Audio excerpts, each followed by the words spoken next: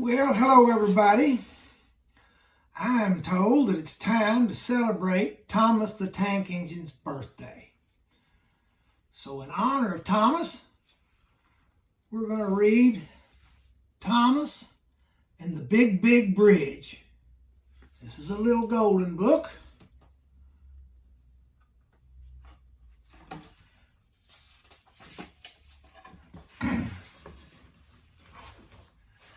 It was a special day for the railway. We are here to launch the new rail line through the mountains of Sodor, Sir Topham had announced. Today we opened the Big, Big Bridge. What wonderful news! Everyone cheered. The mountains were beautiful. The people of Sodor couldn't wait to visit them.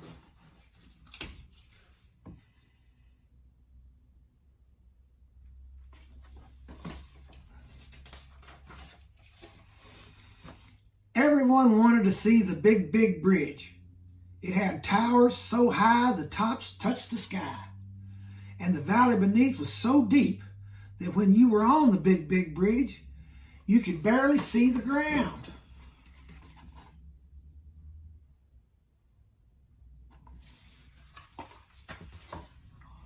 Thomas was excited about the new line. This really is a special day, he said happily. Then Henry chugged up to Thomas. The big engine frowned.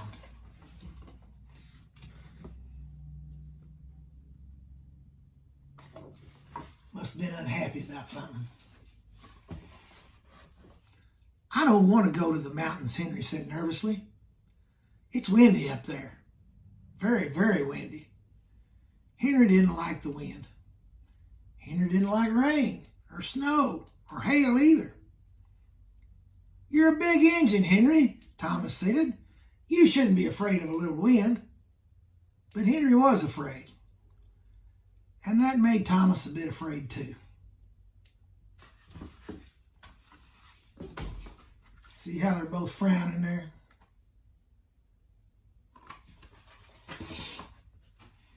Gordon, Henry, Thomas, hitch up your coaches, called Sir Topham Hatt. It's time for your first trip to the mountains. Percy and James were glad they didn't have to go to the mountains. They were afraid to cross the Big, Big Bridge too. There's nothing to be afraid of, Thomas insisted, in a voice loud enough for Percy and James to hear. It will be easy to cross the Big, Big Bridge.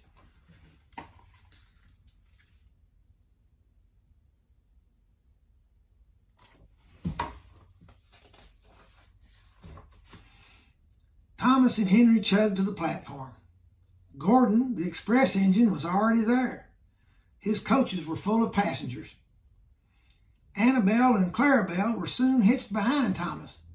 Hurry, hurry, they called. All aboard, said the conductor.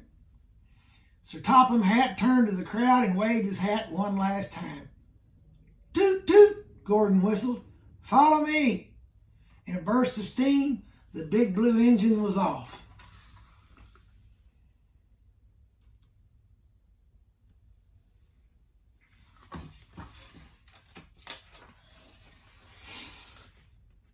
So the trains were rolling through the countryside in a long line.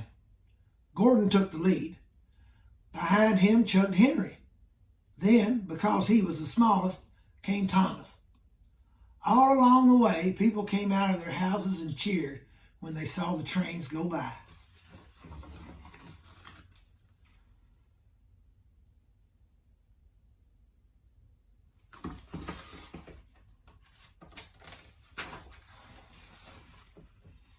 At the foot of the mountain, Henry slowed to a crawl. These mountains are much too high, he moaned. I can't go.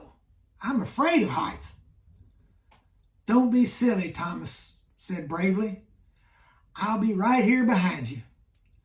But Henry didn't budge. He was very nervous. And that made Thomas nervous too.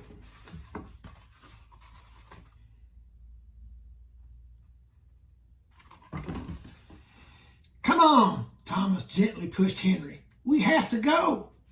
The brand new tracks were smooth and shiny, but Henry barely moved along them. The truth was, Henry didn't want to reach the top of the mountain because then he'd have to cross the big bridge. If Percy and James and Henry are all afraid, thought Thomas, maybe I should be afraid too.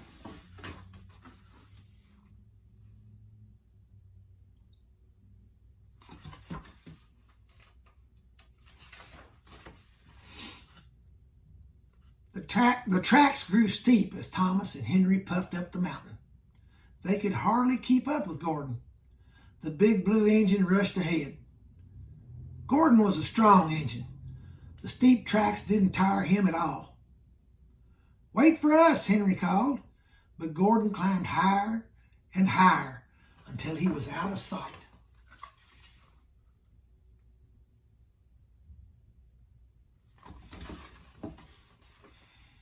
"I don't think I can make it," Henry groaned, his steam giving out at last. "This mountain is too steep." "Keep going," Thomas urged. "We can't let a little mountain stop us." But Thomas was having trouble chugging up the steep mountain too, and he was beginning to worry about crossing the big bridge.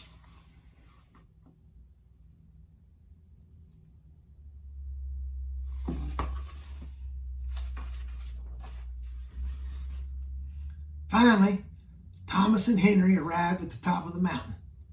There it was, the big bridge. And it was high. It was windy up there too, very windy. "I won't go," Henry declared. "But we have to cross," Thomas said bravely. "Our passengers want to see the mountains on the other side." "Hurry, hurry," Annie and Clarabelle cried. The coaches were so excited that Thomas had trouble keeping them in line. Thomas searched the tracks ahead. Gordon was nowhere to be seen. He had already crossed the bridge and rolled into the mountains beyond. Thomas and Henry were alone. "I'll go first," Thomas said at last. "Then you can follow me, Henry." "If the wind blows, close your eyes," Henry said. "That way you won't see anything scary."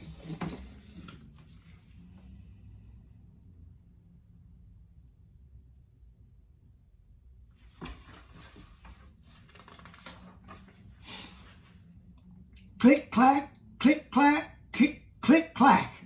Thomas began to cross the bridge. Thomas looked up.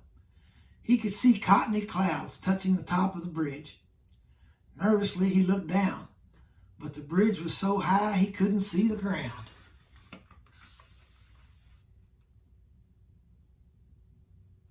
A sudden gust of wind shook the bridge. This scared Thomas, and he closed his eyes so tightly that he couldn't see where he was going. Click, clack, click, clack, click, crash. Thomas came to a sudden stop. He opened one eye for a quick peek. "Oh no," he cried. His wheels were off the track.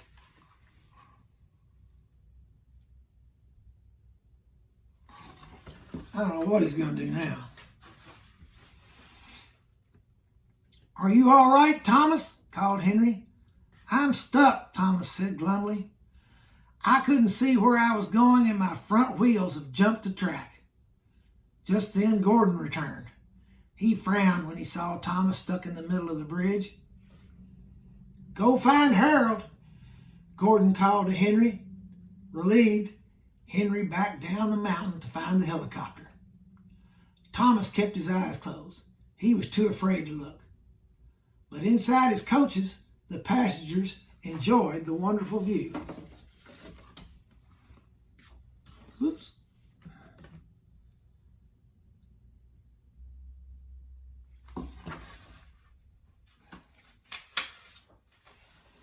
Finally, Thomas heard the whirl of rotors.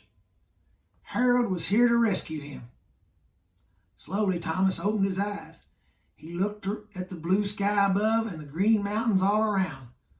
"What a lovely view," he exclaimed. "I was silly to shut my eyes. I almost missed everything."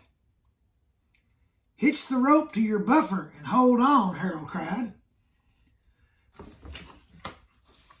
Can you see Harold up there?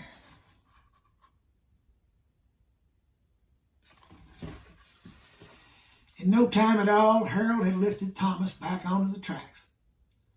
Thomas backed up to where Henry waited. "Come on, Henry," said Thomas. "The view is spectacular. I should never have been afraid." With that, Thomas turned and chugged happily across the big bridge. Henry watched in wonder. "If he's not afraid, maybe I shouldn't be either," Henry decided. Slowly, the big green engine made his way across the bridge too.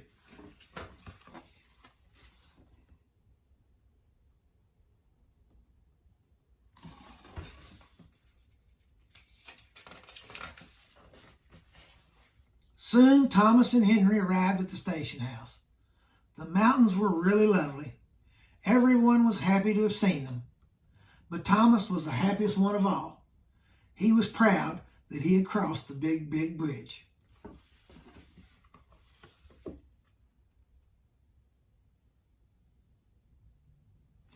Well, all right. That was a good way to help Thomas celebrate his birthday. Okay.